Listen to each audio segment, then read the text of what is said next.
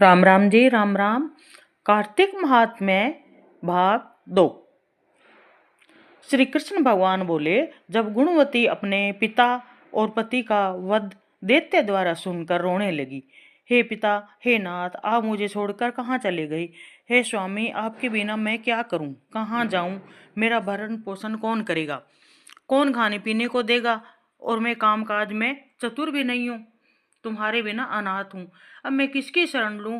मैं विधवा हो गई हूँ। विधाता का मेरे ऊपर कोप हुआ है। मैं कैसे जिंदा रहूं? श्री कृष्ण बोले। इस तरह विलाप करती हुई केले के पत्ता के समान कांपती हुई पछाड़ खाकर गिर पड़ी। थोड़ी देर में सावधान होकर फिर विलाप करने लगी। शोक समुद्र में डूबने लगी। उस गुणवती ने घर का सब माल बेचकर शास्त्र के अनुसार बहुत सावधानी के साथ अपने पति तथा पिता की क्रिया की और उसी शहर में विष्णु भगवान की भक्ति में तत्पर होकर शुद्ध शांति के साथ रहने लगी और अपने आजीवन तक एकादशी का व्रत और कार्तिक मास के व्रतादि करती रही। हे कांते, यह दोनों व्रत मुझे अत्यंत प्यारे हैं। इन व्रतों को करने से मोक्ष की प्राप्ति होती है, पुत्र और घर की प्राप्ति होती है। कार्तिक मास में तुला राशि पर सूर्य के आगमन के समय जो प्रातःकाल स्नान करे वह महापापी भी शक्ति को प्राप्त होता है। जो मनुष्य स्नान, जागरण, दीपदान और तुलसी के वन का पालन करते हैं वे विष्णु के रूप में हैं। विष्णु भगवान के मंदिर में झाड़ना, सतिया काटना, विष्णु की पूजा करते हैं, वे मनुष्य जीवन से मुक्त होते हैं।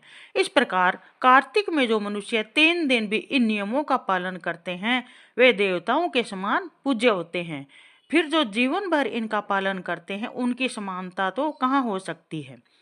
सो वह गुणवती हर वर्ष कार्तिक के व्रत वह भक्ति पूर्वक विष्णु भगवान का नित्य पूजन करने लगी। वह वृद्धावस्था में जवर से पीड़ित होने पर भी गंगा स्नान करने गई।